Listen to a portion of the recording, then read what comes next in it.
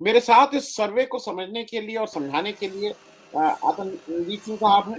आतंकजीत सिंह साहब, स्वागत है आपका। आज हम नमस्कार। लोग थोड़ी अपनी बात कम कहेंगे, जो सर्वे के रिजल्ट्स हैं उसको किस ढंग से हम देख रहे हैं और आपके साथ हम उसको शेयर ज्यादा करेंगे।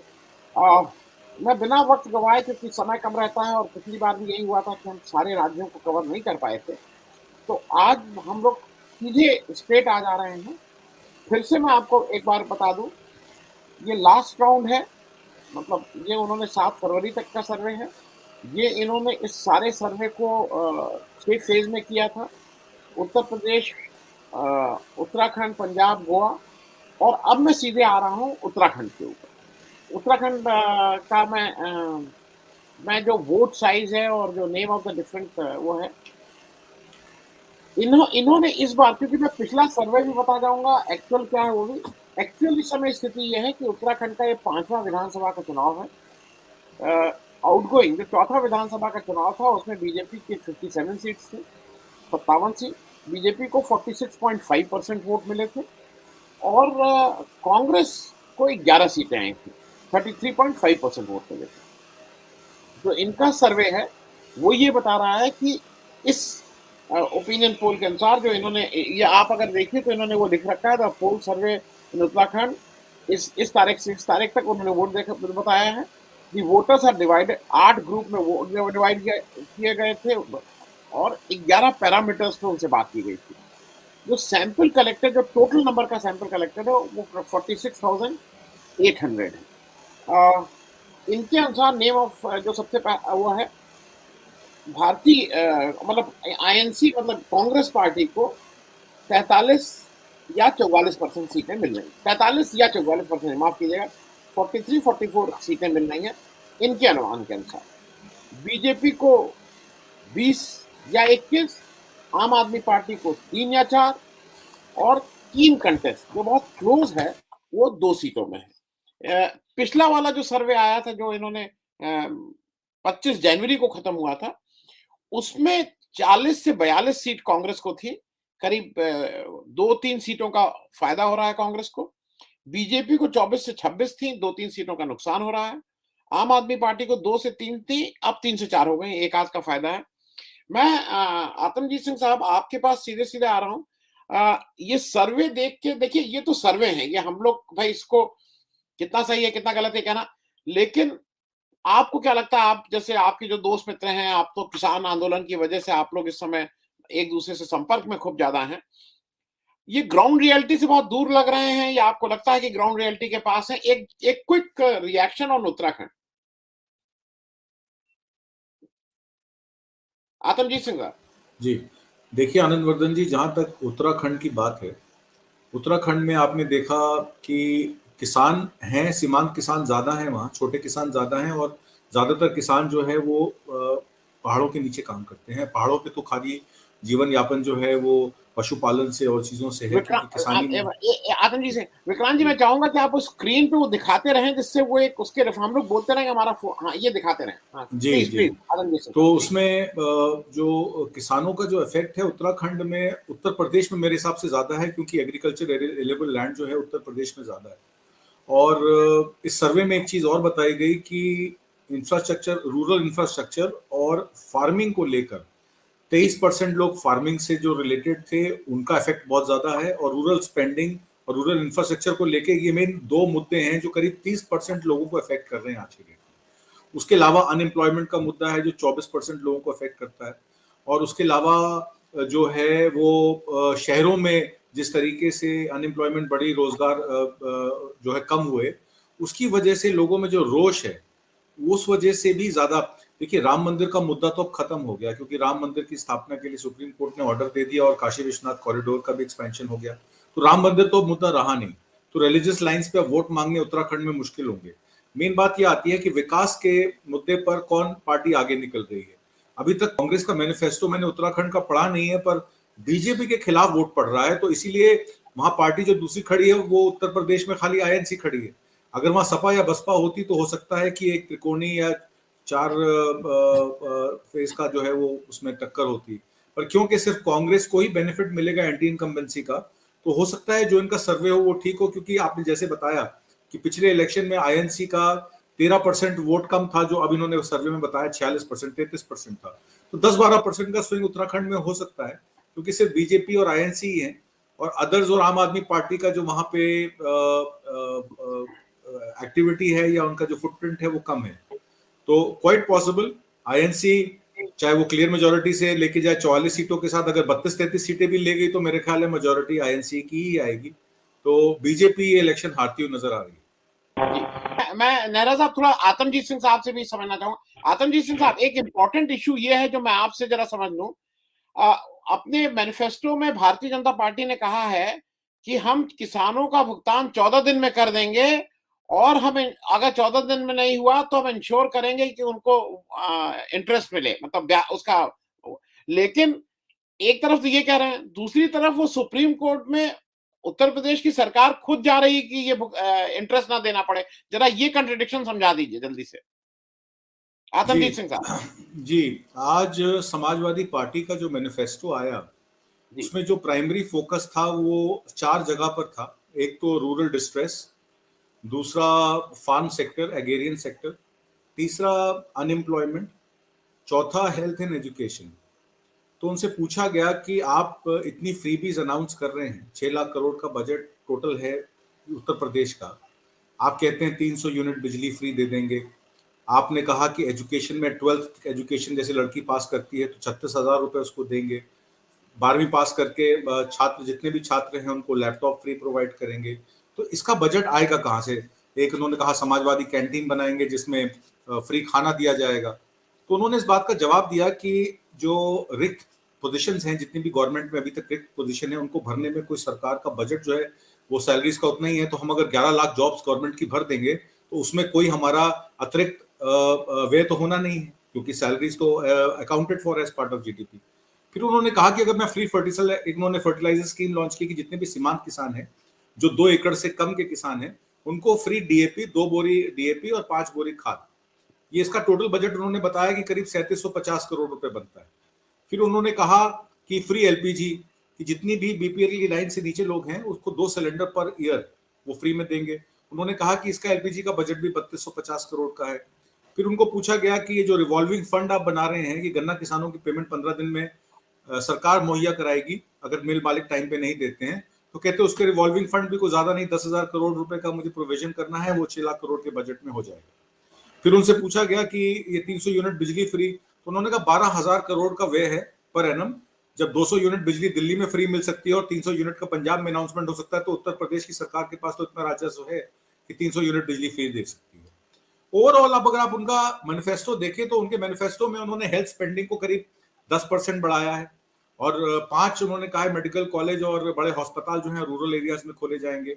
एजुकेशन के बारे में उन्होंने एक बहुत बड़ा बजट दिया कि उन्होंने कहा 3 गुना हम खर्चा बढ़ा देंगे उस बजट में, और उसमें उन्होंने ये भी कहा कि 5% स्पेंडिंग जीडीपी की जो है इस बार एजुकेशन में होगी, प्राथमिक विद्यालय खोले जाएंगे, बेसिक एजुकेशन की सुविधा हर उसमें होगी, और 5 यूनिवर्सिटीज को ग्रांट हम देके रूरल एरियाज में खोलेंगे। तो इस तरह की कई स्कीमें फार्मर्स के लिए। तो उन्होंने कहा कि MSP on all crops, 15% budget का खर्चा वो खाली रूरल स्पेंडिंग करेंगे। उसमें उन्होंने कहा कि गन्ना किसानों को, जैसे मैंने आपको बताया, रिवॉल्विंग फंड बनाया जाएगा 10,000 करोड़ रुपए का। एक चीज उन्होंने और बताई कि 4 साल के अंदर with in 4 years of government वो फार्मर्स को डेट फ्री कर देंगे। उन्होंने कहा कि हम लोग हर साल उनको लोन देते हैं, ऋण देते हैं, प्राइवेटी सेक्टर लेंडिंग में 50,000 लाख रुपए, 2 लाख रुपए, वो लोन हम उनके फिर माफ करते हैं, फिर अगले साल आता है। तो हम एक ऐसी स्कीम बनाएंगे कि उनको जो बेसिक सुविधा है सीड की या खाद की या सिंचाई की, वो हम उनको प्रोविजनिंग उतनी करके देंगे कि वो डेट फ्री रहे। 4 साल में किसी किसान पे कोई कर्जा नहीं होगा, जो एग्जिस्टिंग कर्जा है उसको हम माफ कर देंगे। उसका उन्होंने कितना व्यय होगा उसके बारे में भी कोई बात नहीं की है। एक बात उन्होंने और की है कि जितने भी फ्री बिजली और जो इंश्योरेंस है, पेंशन है और इंटरेस्ट फ्री लोन्स जो हैं वो दिए जाएंगे। और एक बात और उन्होंने कही कि डेयरी फार्म्स में 3 से 4 रुपए का, अगर मान लीजिए मार्केट में रेट दूध का, अगर मान लीजिए किसान का एक व्यय 15 रुपए है और 12 रुपए रेट दूध का मिलता है उनको, तो 3 रुपए, 4 रुपए, 5 रुपए तक का डिफरेंस जो है वो सरकार पे करेगी। ओवरऑल देखने में तो बजट बहुत अच्छा लगता है, पर जैसे कि बीजेपी का भी बजट आया था, उन्होंने भी यही कहा था कि हम किसानों की आय दुगनी कर देंगे 2022 तक। पर जब 2022 आया तो किसानों की आय के बारे में, एमएसएमईज के बारे में कोई डिस्कशन ही नहीं हुआ। तो बजट तो बहुत मैं सारी चीजें दिखाती है, पर जी, एक्चुअल जी, फैक्ट में क्या होने वाला है ये हम लोग नहीं वो जानते। वो देखना।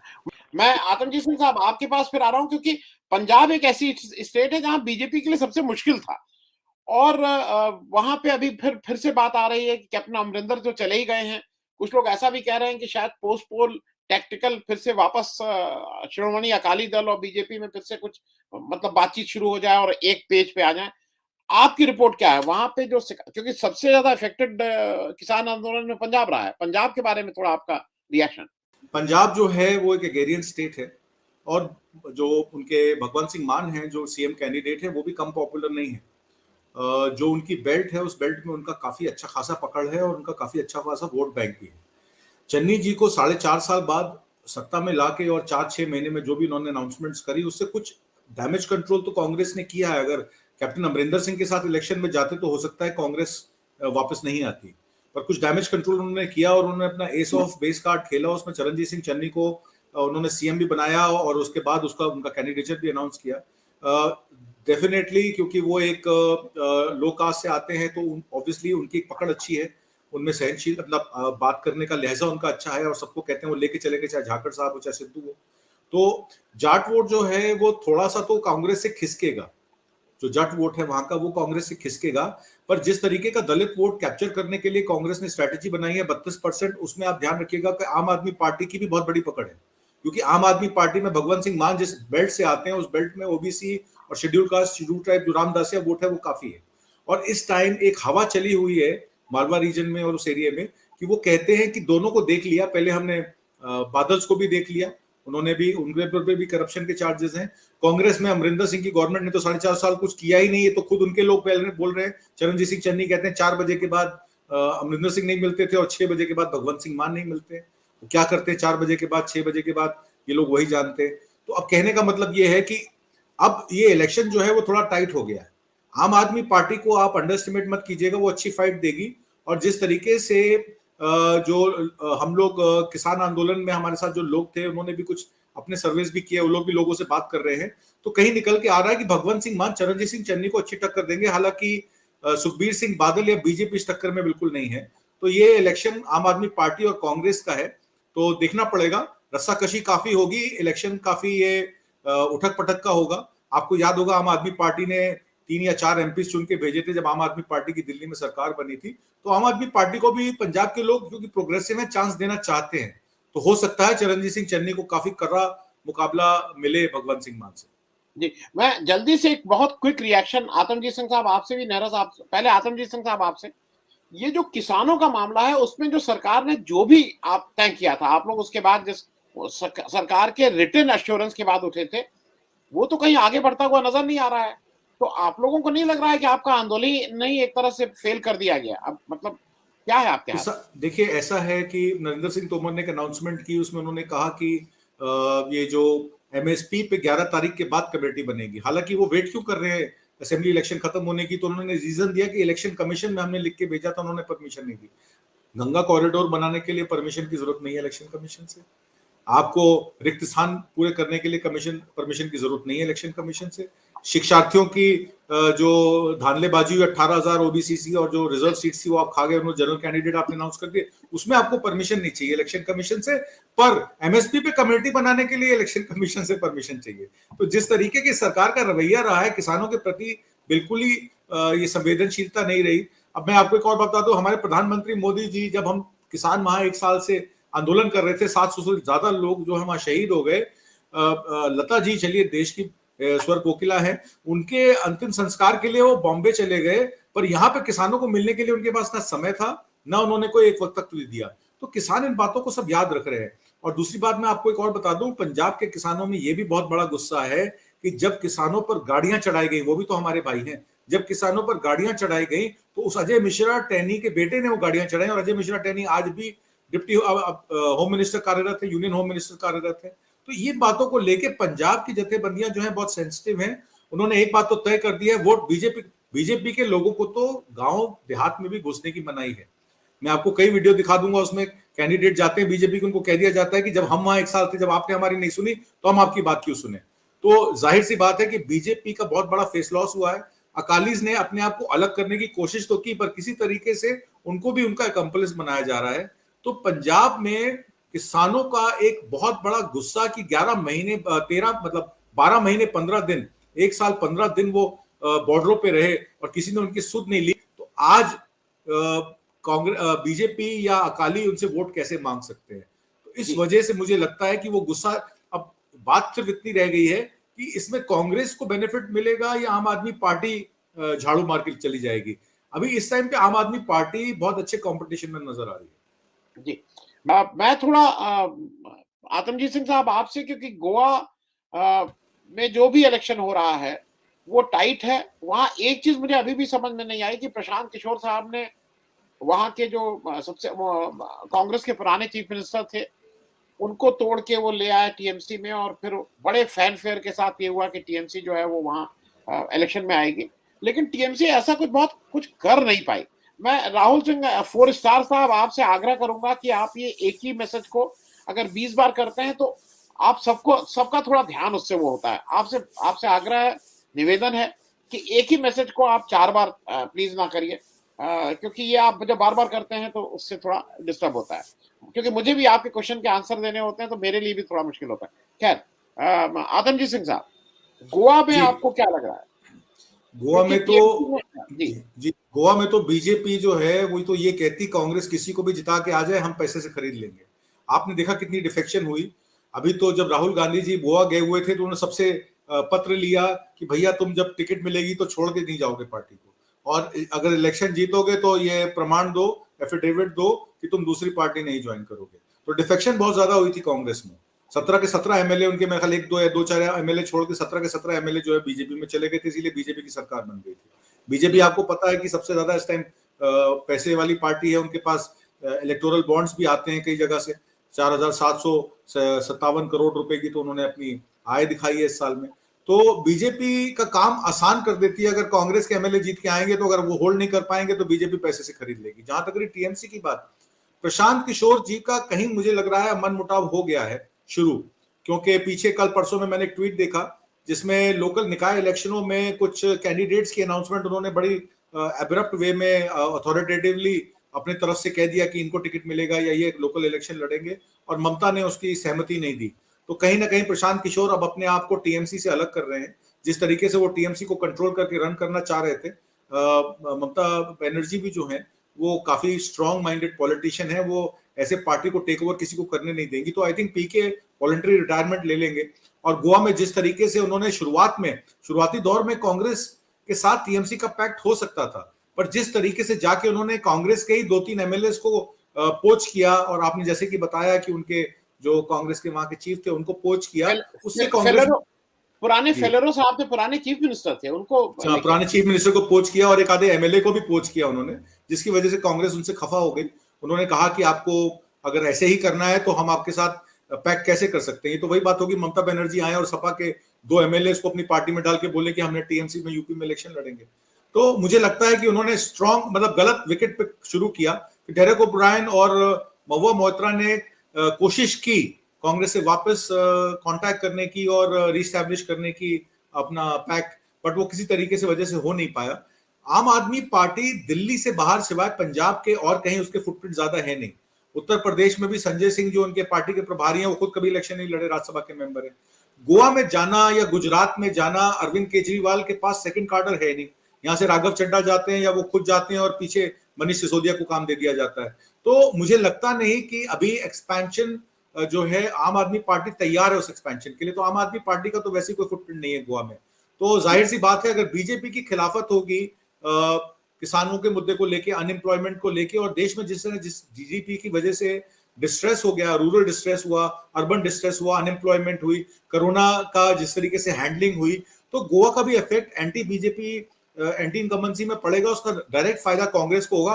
कोई बड़ी बात नहीं है कि कांग्रेस की सरकार इस बार बन जाए वहां पे। मैं इस पे आतमजीत सिंह साहब आपका एक क्विक रिएक्शन, फिर मैं आगे आता हूं जो ये ओपिनियन पोल आया है। आतमजीत सिंह साहब जी, इस ओपिनियन पोल में आप देखिए कि यूपी को 4 हिस्सों में डिवाइड किया गया है। उसमें पूर्वांचल का, पश्चिम का, अवध का, बुंदेलखंड का 4 रीजन दिए गए हैं। पश्चिम 2 हिस्सों में फर्स्ट 2 फेजेस में इलेक्शन होगा, पूर्वांचल का उसके अगले 2 फेजेस में अवध रीजन के साथ इलेक्शन होगा, बुंदेलखंड इन बिटवीन है। तो इसमें दो चीजें हैं, एक तो जो उसमें बीएसपी का वोट शेयर है वो करीब 13% आंकला गया है। मेरे हिसाब से बीएसपी के पास अभी नॉन जाटव दलित वोट की एक परसेंटेज है जो वो पश्चिमी यूपी में, आगरा में, मथुरा में और बुलंद अपना बिजनौर में, इन एरियाज में वेस्टर्न यूपी के उनकी एक पकड़ है। तो एक फाइट डेफिनेटली बीएसपी देगी क्योंकि उनका 13% वोट शेयर इस ओपिनियन पोल ने निकाला है, तो उनकी सीटें भी जाहिर सी बात है कि उसी हिसाब से कम रखी गई हैं। टोटल सीटें उन्होंने बताई हैं करीब 21 से 25। मेरा मानना यह है कि बीएसपी इससे डेफिनेटली ज्यादा अच्छा परफॉर्म करेगी। एक चीज इस सर्वे में और देखी गई है कि इसमें जो बीजेपी का वोट परसेंटेज है वो 32 से 33% दिखाया गया है और समाजवादी पार्टी का जो वोट परसेंटेज है वो करीब 39% दिखाया गया है। यानी कि बीजेपी का 5% वोट शेयर परसेंटेज, 5 से 6%, बिकॉज लास्ट इलेक्शन में उनको 39.5% मिला था, तो 5.5 से 6% वोट बीजेपी का भी समाजवादी पार्टी में शिफ्ट किया और कुछ बीएसपी का वोट भी कांग्रेस और सपा में डिवाइड हुआ है। तो बीएसपी अगर 20 या 22% पे आ जाएगी तो एक डेफिनेटली उनकी सीटें इसमें बढ़ेंगी। हालांकि ये बात तय है कि समाजवादी पार्टी ने अभी तक जितने भी पैंतरे खेले हैं, जिस तरीके से उन्होंने छोटी पार्टियों के साथ अपना गठबंधन किया, कांग्रेस को पिछली बार जैसे उन्होंने 100 से ऊपर सीटें दी थी, इस बार नहीं दी। जो उनकी फ्लोटिंग सीटें हैं वो 179-80 पे खुद 279-80 पे खुद लड़ते हैं, 117-118 सीटें जो है वो गठबंधन में देते हैं। तो इस बार छोटी छोटी पार्टियों का गठबंधन करके जिस तरीके से उन्होंने स्ट्रैटेजी रची है वो अच्छी स्ट्रैटेजी है। दूसरी बात है, जो मेन मुद्दे थे, एग्रेरियन क्राइसिस, रूरल स्पेंडिंग को लेके, कोरोना के इफेक्ट को लेकर, एजुकेशन और हेल्थ को लेकर, उस तरीके से मुझे लगता है कि अखिलेश यादव एक पॉपुलर चेहरा बन रहे हैं। और वेस्टर्न यूपी में तो जिस तरीके से जयंत चौधरी ने, जब किसान आंदोलन चल रहा था 12-13 महीने के लिए, तो उन 13 महीने में उन्होंने बहुत सारी किसान पंचायतें करी। लखीमपुर खीरी तराई एरिया तक वो आ गए थे और हर किसान पंचायत में 10 से 15,000 किसानों की पंचायत हो, कहीं कहीं ज्यादा आदमी भी होते थे। तो उन्होंने जो ये सीरीज ऑफ मीटिंग करी, 70-80 मीटिंग्स करी किसान आंदोलन के दौरान, उसका बेनिफिट उनको मिल रहा है। पिछली बार उनकी एक भी सीट नहीं थी, एक आधा उनका मेरे ख्याल एमएलए था, वो भी डिफेक्ट कर गया था बीजेपी में। इस बार उम्मीद है कि 25 से 30 सीटें आरएलडी की आएंगी और सपा को भी उसका बेनिफिट मिलेगा। तो बीजेपी पे पहले 2 फेजेस में तो बहुत बड़ी चोट है, पर वो पूर्वांचल में और अवध में अपनी सीटें कैसे रिकवर करते हैं, ये एक टफ बैटल है। यूपी की हमेशा बैटल टफ होती है, तो ये देखने वाला होगा जी। 4 कॉर्नर हो जाता है तो वो फ्लोटिंग वोट का जरूर फायदा होता है। तो इस बार शायद उसी एक चीज का फायदा हो रहा है। और मैं आतमजीत सिंह साहब इसलिए आपसे कह रहा हूं कि जो एक ऑब्जर्वेशन जो आपका है ना कि बीएसपी, मुझे भी उम्मीद थी कि बीएसपी इससे बेहतर करेगी। 2 चीजें मुझे लग रही हैं। एक तो बीएसपी मोर और लेस अपने को अलाइन कर ली है बीजेपी के साथ। बहुजन समाज पार्टी ने अपने को अलाइन कर लिया और वो कह नहीं रही है, उनका सारा अटैक जो है बहन जी का, वो सारा अटैक सपा और कांग्रेस पे है। करहल में जहां पे ये अखिलेश यादव जी लड़ रहे हैं, वहां पे बीएसपी अपना कैंडिडेट नहीं दे रही है, वो बीजेपी के साथ एक तरह से खड़ी हुई है। जैसे कांग्रेस अपना कैंडिडेट नहीं दिया, अखिलेश उन्होंने दिया था और ज्ञानवती यादव जी को फिर विड्रॉ किया, तो वहां पे मोरलेस चीजें साफ हो रही हैं कि कौन किसके साथ है। तो मुझे ऐसा लग रहा है कि जो एंटी इनकम्बेंसी की बात है, और खास करके जैसे एक मुसलमानों का एक अच्छा प्रतिशत पहले कहा जाता था कि बीएसपी को वोट देता था, वो अगर बीएसपी बिल्कुल साफ साफ डायरेक्ट फाइट में दिखाई देगी कि अगर वो बीएसपी को वोट नहीं देंगे तो बीजेपी जीत जाएगी, तब तो मुस्लिम वोट वहां ट्रांसफर होगा। नहीं तो मुस्लिम वोट इस बार मुझे ऐसा लग रहा है, मुस्लिम और जाट ये दोनों वोट ज्यादा कंसोलिडेट हुए हैं बीजेपी के साथ। आदमजीत सिंह साहब, ये बीएसपी की जरा बात बताइए। जहां तक मुस्लिम और जाट वोट की बात है, जाट वोट तो डेफिनेटली एंटी बीजेपी है, पर मैं ये मानने को तैयार नहीं हूं कि बीएसपी ने मैक्सिमम मुस्लिम कैंडिडेट्स खड़े, सपा से ज्यादा मुस्लिम कैंडिडेट बसपा ने खड़े किए हैं।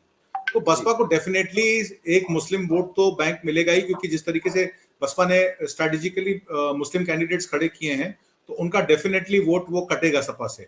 ऐसा नहीं है कि 70%, 65 से 70% जो मुस्लिम वोट है वो डायरेक्ट सपा को पड़ेगा। जाटों में तो मैं मान सकता हूं कि जाटों में 80% वोट जाट का जो है वो आरएलडी और सपा पे पड़ेगा। कई जगह आप देखिएगा, कई जगह जैसे कुछ एरियाज हैं जिसमें कैंडिडेट दूसरे स्ट्रांग थे, जैसे गुजर कैंडिडेट या जाट कैंडिडेट थे, बट मुस्लिम कैंडिडेट को वोट टिकट दे दी गई सपा में, या मुस्लिम कैंडिडेट को दी जानी थी तो गुजर कैंडिडेट को दे दी गई। तो जहां पे रोष है, जहां पे पार्टी में अंतर विरोध है या आपस में लीडरशिप की कोई प्रॉब्लम है, तो वहां पे भी सपा का वोट कटेगा। कुछ कॉन्स्टिट्यूएंसीज में, ये हल्कों में मैंने बात की थी, कुछ लोगों से निकल के आ रहा था कि कुछ लोग खुश नहीं है टिकट वितरण के मुद्दे को लेकर। तो बसपा ने जिस तरीके से स्ट्रैटेजिकली ब्राह्मण और मुस्लिमों को ज्यादा टिकट दी है, तो डेफिनेटली वो कट करेगी वोट, मुस्लिम वोट भी कट करेगी और बीजेपी का ब्राह्मण वोट भी थोड़ा बहुत कट करेगी, चाहे वो एंटी इनकम्बेंसी को ऑब्जॉर्व करने को आप उसको बोलें।